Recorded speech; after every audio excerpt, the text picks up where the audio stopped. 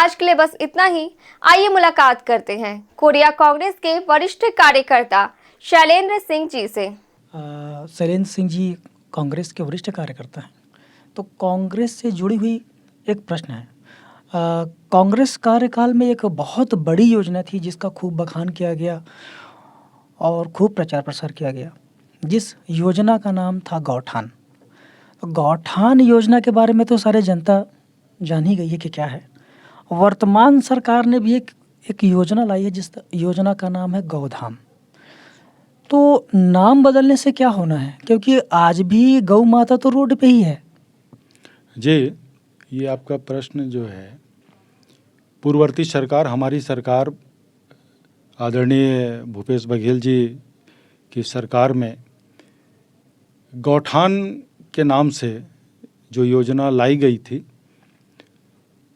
उसका मकसद था कि गायें जो हैं वो पूरी सड़कों पे या गांव में कहना चाहिए कि सभी पशुपालक जो हैं खेती किसानी करने के बाद और उसके बाद वो छोड़ देते थे तो लोगों की फसलें बर्बाद करते थे। इन सब चीज़ों को सोच के एक योजना लाई गई गौठान। और गौठान लाने से देखिए बहुत चीज़ का लाभ हुआ। पहले तो पंचायतों में, गांव में ज़मीन संरक्षित हुई और ये जो आवारा पशुएं थीं, जो पशुपालक बहुत से हैं कि उसका उपयोग करके फिर छोड़ देते थे, तो उनको हर पंचायत में एक गौठान के लिए ज़मीन की संरक्षित किया गया। और करने के बाद ये योजना को इस मकसद से लाया गया कि आप जो भी हैं पशुपालक, आप चरा नहीं सकते, आप उसकी देखभाल नहीं कर सकते, तो आप ले जाके उस गौठान में अपने पशुओं को वहाँ छोड़ दें।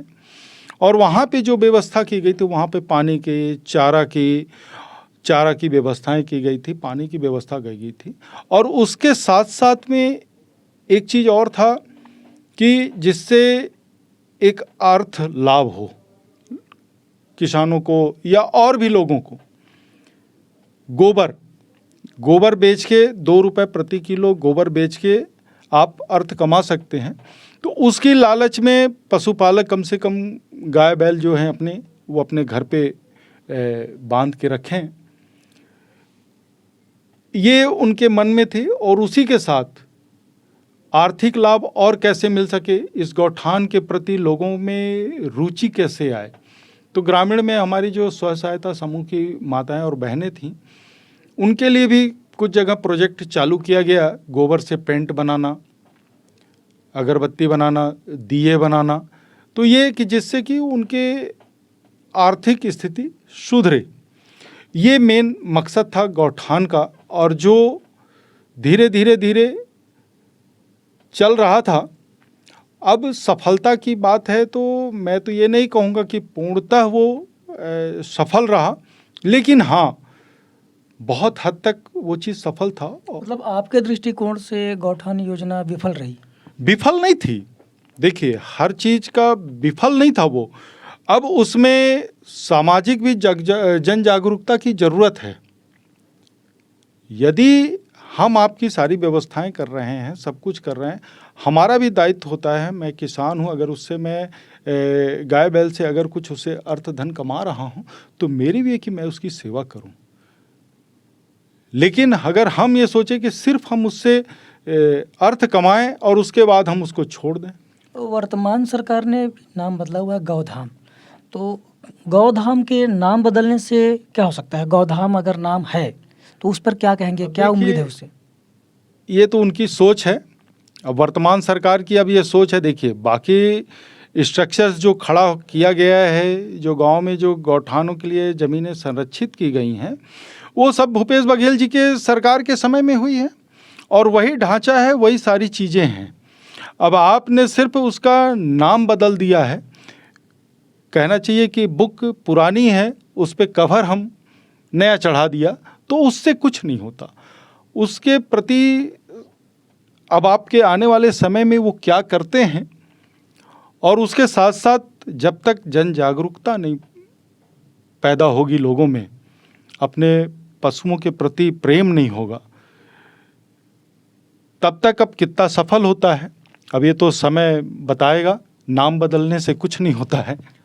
मैं तो सिर्फ इतना ही कहना चाहूँगा कि गौठान का नाम हो तो या गौधाम का नाम हो, मगर गौ माता की समस्या आज भी समस्या है और गौ माता आज भी रोड पे है। अब वो गौधाम की योजनाओं के बाद ही समझ में आएगा कि आने वाले समय में गौ माता किस स्थान पर होगी। मेरा दूसरा प्रश्न है, कांग्रेस के कार्यकाल में ही कोरिया जिले का विभाजन कर दिया गया, एक नया जिला बना दिया गया एमसीबी। तो इस विभाजन से क्या क्षेत्रवासियों को और कांग्रेस को क्या लाभ हुआ? देखिए, कोरिया जिले का विभाजन जिस वक्त हुआ उस वक्त तो काफ़ी दुखदाई था हम लोगों के लिए। एक बहुत छोटा सा ज़िला था, 5 ब्लॉक का तो ज़िला था और उसको भी 2 टुकड़ों में बांट दिया गया क्योंकि मनेंद्रगढ़ का बहुत पुराना मांग था। ये तो कांग्रेस काल में ही बांटा गया है। हाँ, कांग्रेस से हमारे शासनकाल में ही हुआ और मनेंद्रगढ़ का बहुत पुराना मांग था ज़िले का और हमारे वहाँ के विधायक डॉक्टर विनय जायसवाल जी और सोनत भरतपुर के विधायक गुलाब कमरो जी और ये सभी ने मतलब वो करके ज़िले का विभाजन हो गया, कोई दिक्कत नहीं। अब जो हो गया तो हो गया। इससे जनता को लाभ क्या हुआ, क्या लाभ मिला इससे? देखिए, उससे अब लाभ तो मुझे ऐसा कुछ नहीं समझ में आता कि बहुत कुछ लाभ मिल गया लोगों को। बहुत से क्षेत्र वासियों को वही दूरियां हैं, वही चीज़ है। बहुतों को तो बैकुंठपुर ही अच्छा लगने लग रहा था, सब चीज़ था, सब कुछ था। और शहर भी हमारा बहुत छोटा सा शहर है एक, जो अपने कहना चाहिए कि अभी तो वो क्या कहना चाहिए कि बाल्यावस्था भी के ही उसमें इसका विभाजन हो गया। तो अभी हम लोग तो उतना विकास भी नहीं कर पाए थे और न विकसित हो पाया था। उसी वक्त विभाजन भी हो गया। अब जो हो गया, लेकिन उसके बाद फिर हम लोगों ने संघर्ष किया क्योंकि उस वक्त का जो स्थिति था बराबर बंटवारे का, तो वो भी नहीं हो पाया था। तो उसके लिए काफ़ी हम बैकुंठपुर वासी, कोरिया वासियों ने काफ़ी यहाँ पे आंदोलन किए। और बचरापुड़ी का जो क्षेत्र था वो तो ऑलरेडी खड़गवां क्षेत्र में था, तो अभी वर्तमान में फिर अब कोरिया क्षेत्र में कैसे? नहीं, पहले वो देखिए क्या था कि बचरापुड़ी जो था वो खड़गवां ब्लॉक में है, तो ब्लॉक में था। तो उस वक्त उसके लिए ही लड़ाई चल रही थी कि भाई जो बचरापुड़ी का जो है हमारे क्षेत्र में है उसको हमारे में शामिल किया जाए। तो उसके लिए काफ़ी जद्दोजहद किया गया, काफ़ी हड़तालें हुई। फिर यहाँ से टीम बन के फिर सीएम साहब के पास भी गए और हम लोगों ने अपनी बात रखी। बाद में अंततः हुआ फैसला हमारा क्या कहना चाहिए, कोरिया ज़िले में बचरापुड़ी को इसमें शामिल किया गया। मेरा एक प्रश्न है, कोरिया जिले में नवीनतम पुलिस अधीक्षक कार्यालय का आज लोकार्पण हुआ है। 28 वर्ष लग गए उन्हें अपना खुद का एक भवन प्राप्त करने में, तो 28 वर्षों का समय क्यों, इतना लेट क्यों? अब देखिए, ये प्रशासनिक व्यवस्थाएं हैं और एसपी ऑफिस का कार्यालय तो पहले पुराने भवन में चल रहा था, जो पहले यहाँ पे अपर कलेक्टर का कार्यालय होता था, उसी में एसपी कार्यालय चल रहा था। इसके लिए प्रशासनिक बजट तो कई बार आया, लेकिन इसके लिए जो भूमि का आवंटन होता है वो राजस्व विभाग से और कलेक्टर के माध्यम से।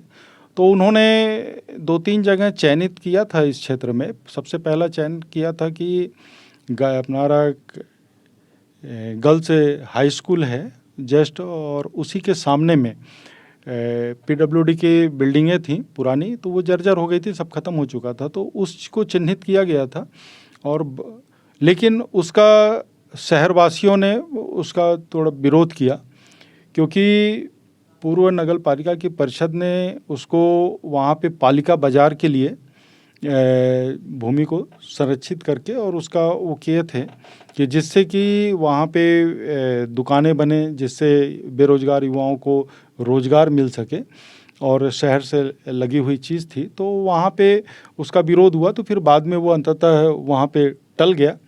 फिर उसके बाद प्रशासन ने आपका चेयर साइड में कहीं भूमि उनके लिए दिया था, वहाँ बोर्ड उड़ गया, फिर पता नहीं क्यों वहाँ पे फिर हुआ। तो अभी वर्तमान में उड़गी नाका जो है रामानुज प्रताप सिंह महाविद्यालय के बगल में ही सामने में, वहीं पे अभी भूमि संरक्षित किया गया है, प्रशासन के द्वारा दिया गया। तो और आज ही उसका भूमि लोकार्पण हुआ। नहीं, भूमि पूजन जी, आज भूमि पूजन भैया लाल रजवाड़े जी के हाथों से ये भूमि पूजन हुआ। एक प्रश्न मेरा और है कि और भी ऐसे कई विभाग हैं जिनको अपना खुद का भवन प्राप्त नहीं हुआ, जैसे कि हमारा आरटीओ ऑफिस है, वो एक प्राइवेट मकान पे चल रहा है, उस विषय में क्या कहना चाहेंगे? देखिए, भवन तो यहाँ पे सरकारी भवन बहुत से खाली हैं।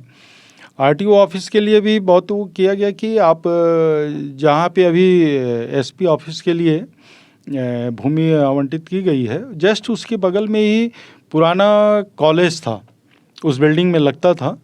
और पहले वो बीओ कार्यालय होता था, फिर उसके बाद उसमें पुराने कॉलेज, जब यहाँ कॉलेज प्रारंभ हुआ उसमें लगता था। और कॉलेज की जब नई बिल्डिंग बन गई तो उसके बाद आपका वो भवन में मॉडल स्कूल संचालित होने लगा। और मॉडल स्कूल के बाद आज वो खाली पड़ा हुआ है। तो आरटीओ ऑफिस के लिए भी बहुत अच्छा है कि वो आके उस बिल्डिंग को उसको आवंटित कर दें और उसमें अपना आप कार्यालय खोल लें। और जहाँ टेस्टिंग के लिए, ड्राइविंग के लिए होता है, तो कॉलेज का इतना बड़ा मैदान भी है, तो उपयोग में वो आ सकता है। अब ये प्रशासन के ऊपर है। आने वाले समय में और भी ऐसे कई विभागें हैं जिनका खुद का ऑफिस नहीं है। उम्मीद करते हैं कि आने वाले समय में ये प्राप्त होगा। एक और प्रश्न है मेरा कि वर्तमान सरकार में अभी मंत्रिमंडल का जो विस्तार हुआ है, उसे आप किस दृष्टिकोण से देखते हैं? देखिए, अब चूँकि मंत्रिमंडल का विस्तार होना और सारी चीज़ें, वो सरकार की अपनी एक कार्यक्रम है। हाँ, ये चूँकि ये है कि बहुत लेट विस्तार हुआ, लगभग 20 महीने हो गए। बहुत जल्दी हो जाता तो शायद कुछ क्षेत्र का विकास होता। चलिए, देर आए दुरुस्त आए। अभी 3 मंत्री बनाए गए, और जो 3 मंत्री बनाए गए हैं उसमें नए लोगों को मौका मिला है। और खुशी की बात है कि हमारे सरगुजा संभाग से, हमारे अंबिकापुर के से नए लोगों को चुनने का क्या मतलब, क्या सोचेंगे कि नए लोगों को मौका दिया गया या पुराने लोगों को नहीं दिया गया? इस विषय में क्या कहेंगे? नहीं, अच्छी बात है। नए लोगों को भी मौका कुछ देना चाहिए, कुछ पुराने लोगों का भी अनुभव का लाभ लेना चाहिए। यदि आप नए लोगों को अगर मौका नहीं देंगे तो वो क्या सीखेंगे? इस मंत्री हाँ जी, तो मैं बोल रहा था कि जैसे राजेश अग्रवाल जी को मंत्री बनाया गया है और उन्हें जो विभाग दिया गया है पर्यटन से, धर्मोत्सव का, तो मैं तो आपके माध्यम से उनको बधाई भी देता हूं। और साथ में ये उम्मीद करता हूं कि हमारा कोरिया ज़िला जो है, पर्यटन के दृष्टिकोण से बहुत ही इसमें संभावनाएं हैं। हाँ, मेरा अगला प्रश्न ही वही था कि इस मंत्रिमंडल के विस्तार से क्या कोरिया जिला या एमसी जिला को लाभ होगा? लाभ बिल्कुल होना चाहिए, होगा। अब ये निर्भर करता है कि मंत्री जी के ऊपर निर्भर करता है, और आज के जो वर्तमान में उनके यहाँ प्रतिनिधित्व जो कर रहे हैं उनके ऊपर निर्भर करता है, क्योंकि मंत्री जी तो हमारे संभाग से ही हैं। तो हम उनसे उम्मीद करते हैं, अपेक्षाएं रखते हैं कि पर्यटन के दृष्टिकोण से कोरिया एक काफ़ी संभावित है कि इसको डेवलप किया जा सकता है। तो हम तो उम्मीद करते हैं कि राजेश अग्रवाल जी से कि वो हमारे पटना के दामाद भी हैं और पुराने भाई अपने वो हैं, तो इसलिए हम चाहते हैं कि उनसे, और आपके माध्यम से भी हम उनसे अपील करेंगे कि हमारे कोरिया ज़िले को पर्यटन के दृष्टिकोण से इस पे विचार करके और यहाँ आवंटन दें, और जिससे हमारा कोरिया ज़िला विकसित हो पर्यटन के क्षेत्र में। वरिष्ठ कार्यकर्ता शैलेंद्र सिंह जी का बहुत बहुत धन्यवाद। हम अगला एपिसोड में एक नए मेहमान के साथ नई चर्चाओं और नए विषयों को लेकर मिलेंगे।